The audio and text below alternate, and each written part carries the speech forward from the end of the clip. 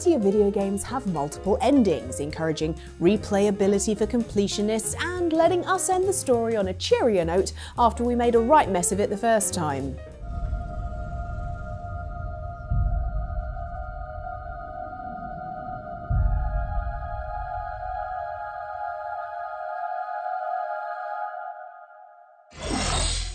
Apparently I wasn't supposed to fly into the sun? However, some especially rare video game endings elude a great deal of players, whether that's because the criteria to trigger them are too challenging or convoluted, because certain in-game choices just aren't as popular, or because they're obviously full of bad vibes. Your actions during this video will determine whether you unlock the Ellen or the Andy ending, so bear that in mind.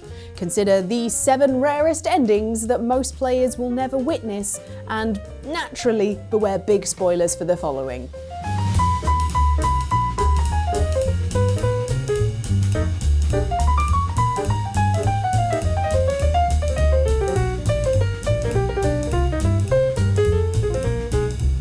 The time has come. You have thwarted the grand design. You can call out to the astral and ascend. It's easy to see why Baldur's Gate 3 won Game of the Year back in 2023. It's one of the most intricate RPGs ever made, has some of the finest character writing to date, and lets you chat to a very good boy named Biscotti. Yes! Oh goodness, yes! I am a good dog! Fantastic stuff! Don't even get me started on the baby owlbear.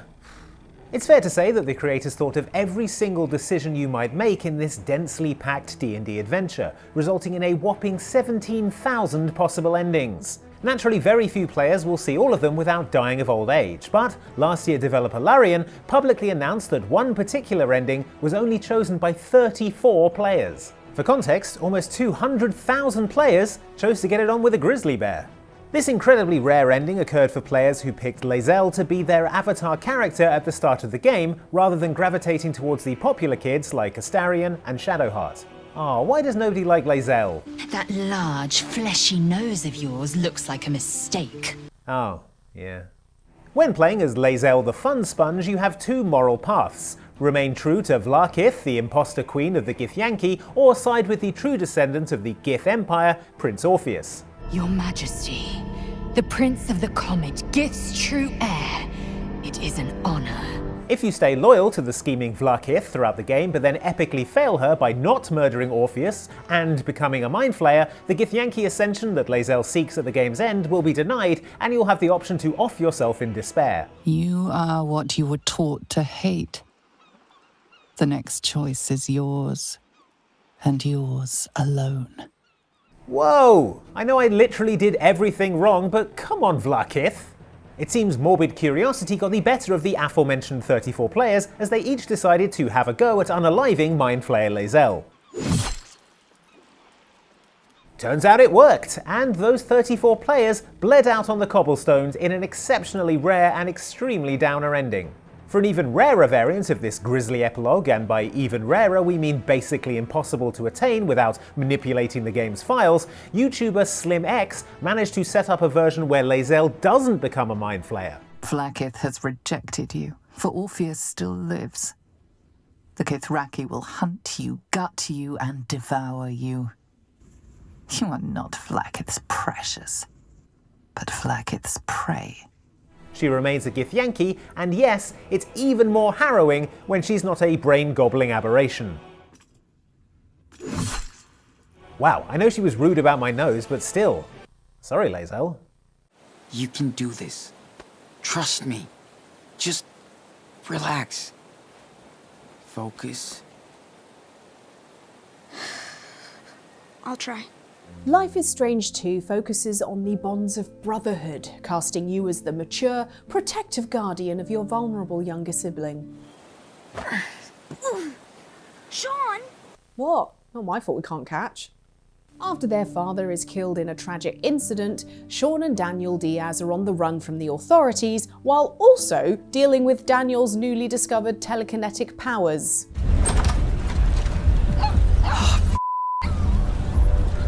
As with all Life is Strange games, the decisions you make will directly impact the narrative, leading to one of 7 possible endings.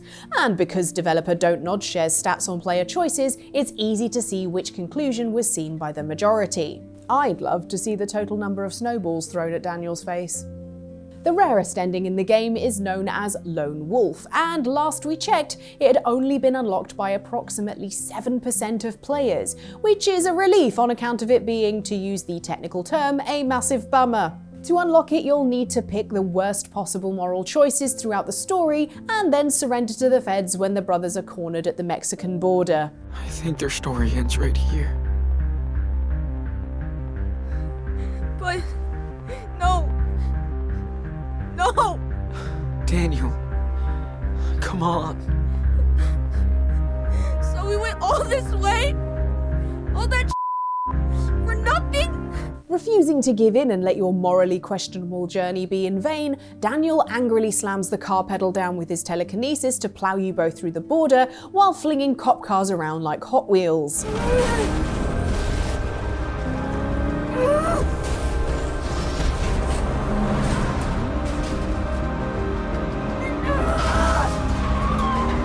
Just when you make it out the other side, the tragedy is revealed.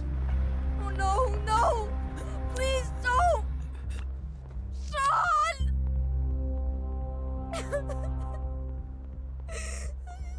We did warn you it was a massive bummer. The rarest of endings then flashes forward 6 years after Sean's untimely death. Daniel has been surviving alone all this time and is now seen attending a memorial to his brother, before absolutely wrecking some hooligans with his deadly mind powers. I'm not sure how to lighten the mood from here. Let's see that snowball replay again. Sean! Happier times.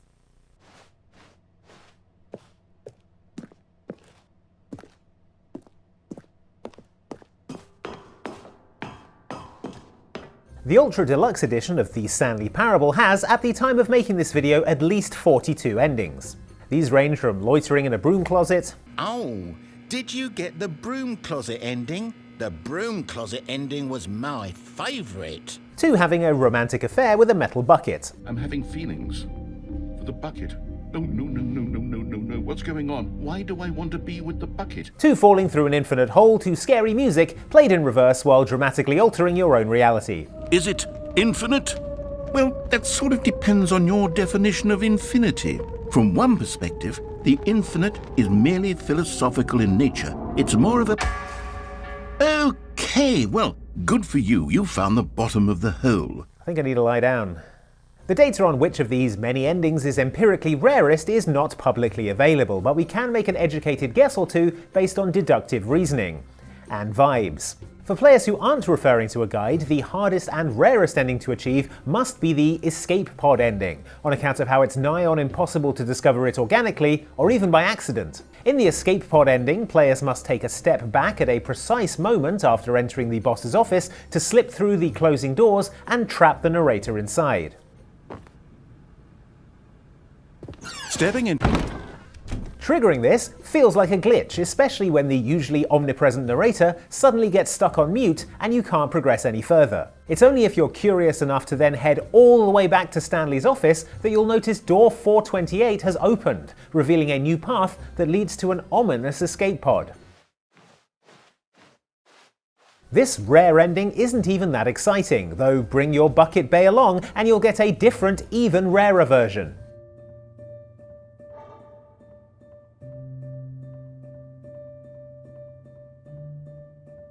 Be safe, my love. What should be the rarest ending, but won't be because gamers love an excruciatingly tedious challenge, is the art ending, which requires you to repeatedly press a button to stop a cardboard baby from sliding into a fire pit for a duration of 4 real-life hours. Oh, and it sounds like this. 2 hours into your voluntary ordeal, the narrator adds another button that prevents a puppy from falling into a pit of piranhas, forcing you to be even more vigilant while at your wits' end. Video games are art. Oh, 2 hours or so to go, so I'll just let you get to that. No time to waste when there is such a meaningful game to be played. Make it through this horrifying trial and you'll get some nice inspirational words on screen. That's literally it. Well done you. I wish we could know for certain what tiny percentage of players somehow found the escape pod or endured the baby game, but sadly the only in-game stats are these ones, which state that Mussolini, Hitler, and a dead rat finished the game quicker than you did. Damn. Maybe I shouldn't have spent so long smooching the bucket. I had it all wrong. I thought that taking control of my life meant venturing out to do something extraordinary. I thought I had to fix everything. But the mysteries of the world are to cherish more than to solve. I'm just one of their many protectors. I'm not sure what the future has in store, Jonah, but whatever adventure's on the horizon, I can't wait to meet it. In an ideal world, a game will launch in a perfectly playable state. Sure, there might be a few minor technical hiccups, but nothing truly immersion-breaking, and then in the real world, there was Shadow of the Tomb Raider. Croft fans might recall that the third installment of the reboot series, Shadow of the Tomb Raider, was immensely buggy at launch, and while a day one patch was issued to remove the glitches, spoilers, it didn't.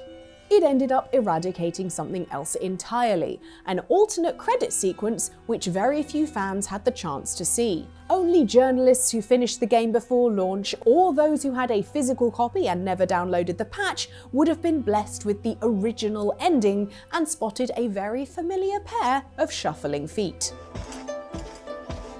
Oh god, who let him out of the freezer? While both scenes show Lara writing a letter to Jonah in her study, the pre-patched one is stuffed with explicit references that would have made fans totally feral. Most notably, a letter to Lara from the series' original antagonist, Jacqueline Natler. But whatever adventure's on the horizon, I can't wait to meet it. Could this have originally been intended as a cliffhanger to tee up a sequel? The developers have insisted that this version of the post-credit scene was never intended to be in the final game. But then, neither was this.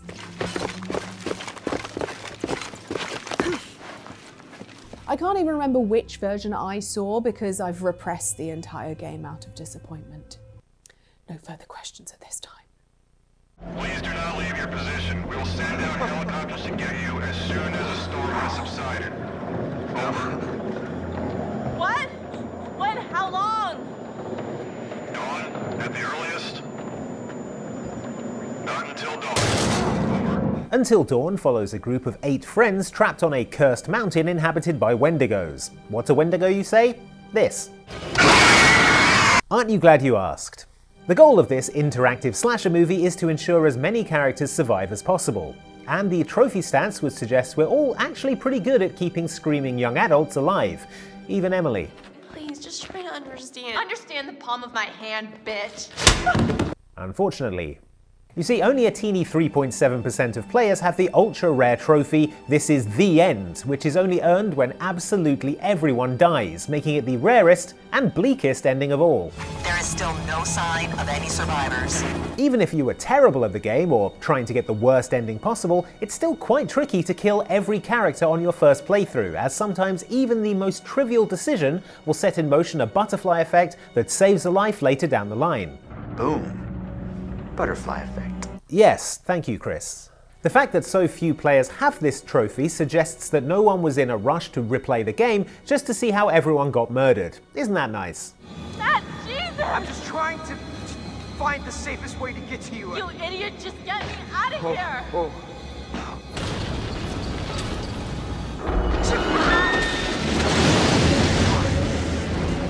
Oh no, I pressed the wrong button by accident. You! 2-bit gangster gone 3-bit. And now you're gonna... Cap! The only one who was ever decent to you! Ha! No, I trusted you. I took you in. Treated you like family.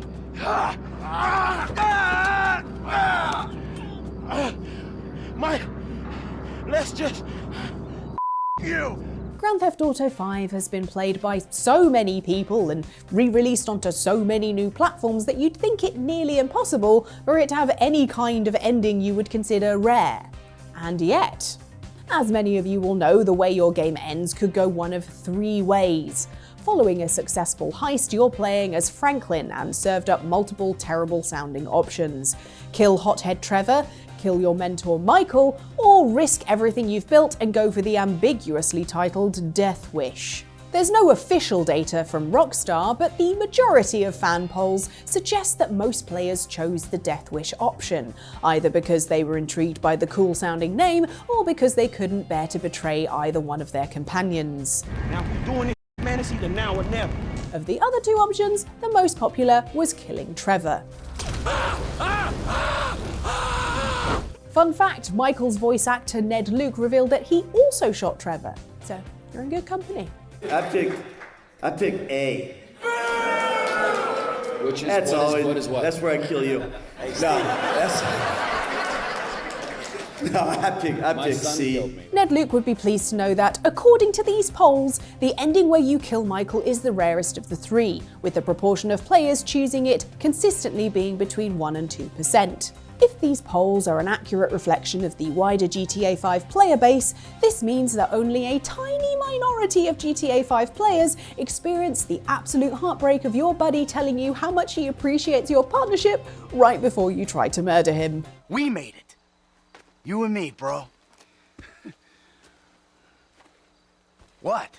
Although what we don't have are the stats for how many players, having chosen the option to kill Michael, then changed their minds, tried to save him from plummeting to his death, only for Michael to die nonetheless.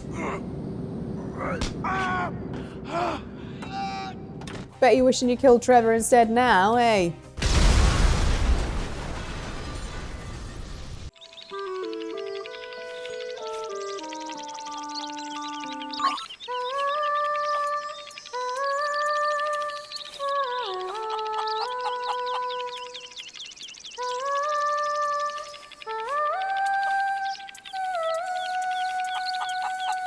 Typically, the best ending of a game involves you receiving accolades, fame, and fortune, and no one gets turned into a seagull. And then there's The Legend of Zelda: Link's Awakening. But back in the 90s, this Game Boy classic had an incredibly rare secret ending, only seen by those who made it through the entire thing without getting a single game over. Not impossible, sure, but how many kids would have figured it out in 1993? They didn't have the internet. They barely had indoor plumbing, I expect.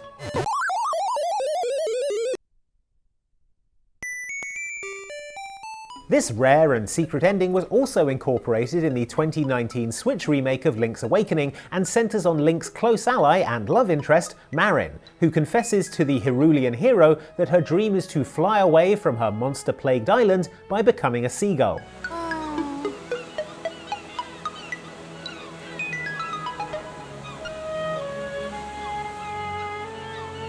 Sing for many people. You heard a seagull, Marin? Unfortunately, Marin's wish is not to be, as in the game's final moments we learn that both she and the entire island are actually a dream conjured by a sleepy flying whale called the Windfish, whom Link has just rudely awakened to solve the monster infestation. As a result of you beating the big bad and waking up the Windfish, Marin and all the island inhabitants will now cease to exist, leaving Link floating all alone on a piece of driftwood.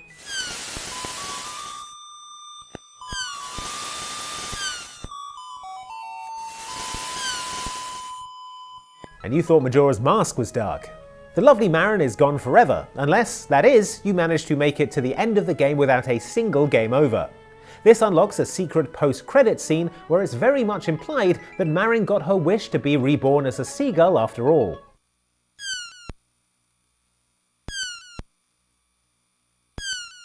This uplifting twist exists in every version of the game and makes it far easier to sleep at night knowing we didn't snuff Marin out of existence and that she's simply flown off somewhere nice to steal chips and shit on sunbathers.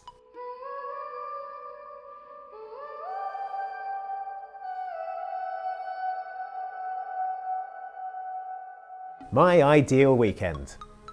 Well, the first part.